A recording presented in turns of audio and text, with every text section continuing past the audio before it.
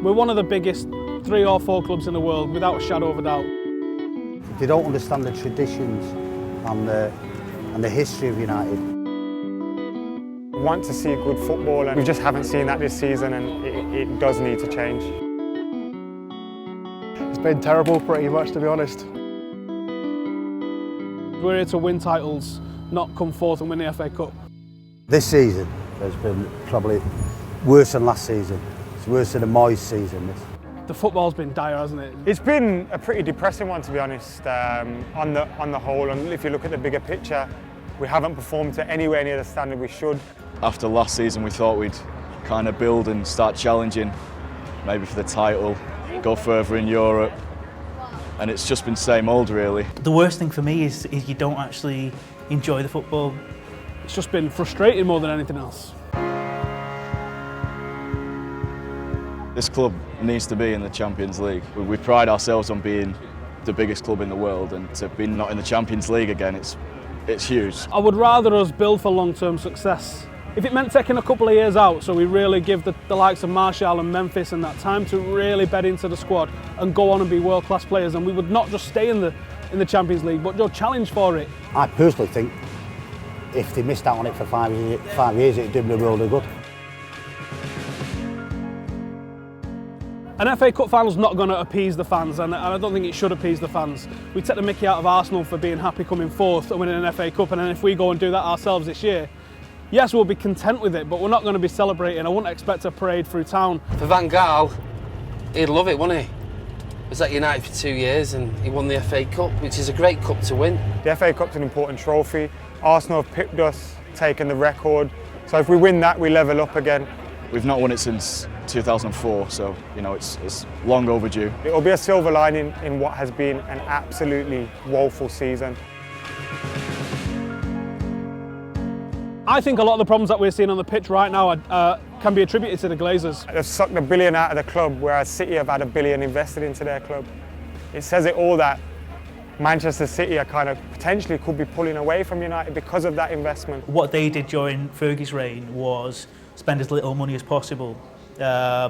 And because of Fergie's genius, he was able to make that stretch and do amazing things. We're in the Champions League final in 2009 and we sell Cristiano Ronaldo for a world record fee, and we replace him with a free transfer Michael Owen, Antonio Valencia and Gabriel Obertan. That doesn't happen at Real Madrid, that doesn't happen at Barcelona. They're only there to make money, and every time they qualify for the Champions League, all it's is lying in their pockets.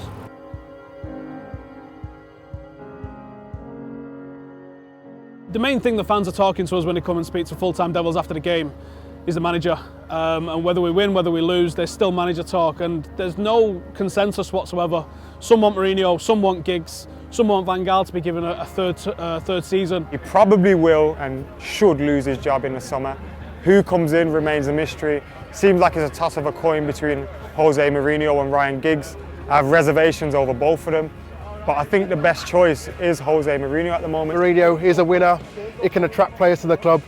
It's guaranteed he'll win us trophies. He has got that aura of fear, and there's that sense of even if his teams are failing, he's got a plan. It could be an absolute disaster, or he could take on Pep and win the league.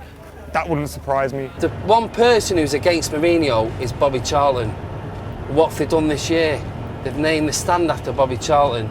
I'll put you a pound to a penny now, Bobby Charlton won't be at the club next year. One of the few highlights that we can definitely say from this season has been the emergence of some of the young players. And it's not just 20, 21-year-olds which you usually get breaking into the first team, it's the 18-year-olds. Cameron Borthwick-Jackson, I've not seen a crosser of the ball like that since David Beckham left. Marcus Rashford, these are all 18-year-old lads as well. Timothy Fosu-Mensah, he looked born to play in the first team. One part of United's identity that's always been there is the young players, and particularly the young players from Manchester and around Manchester. And if nothing else, that is one thing that's been a bright spark about this season. They've been a beacon of light in what has been a pretty much awful season. Red News United fanzine latest issue. We still stuck to our core values of playing youth, but the football that we associate, which is attacking football, courage, greatness, which is the motto of the club, hasn't really been there. The style of football wasn't amazing in Fergie's latter years. We didn't play the greatest football, even when we won the league in 2013. I think it comes down to the philosophy and the process. These these words that are, you just can't picture what they actually mean. What is the philosophy? I can't see what it is.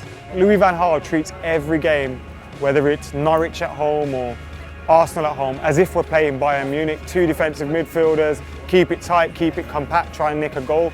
That's not Manchester United. The fans want to see cut and frost. It just seems as if Van Gaal's dismantled the whole sort of way we play. We thought last season there was a bit of progress, but we were worried about our lack of attacking flair, and that's gone backwards this season. You're almost in the situation where you're kind of comfortably numb. We're doing well enough to keep him in a job just, but not good enough in every other aspect or by any other level.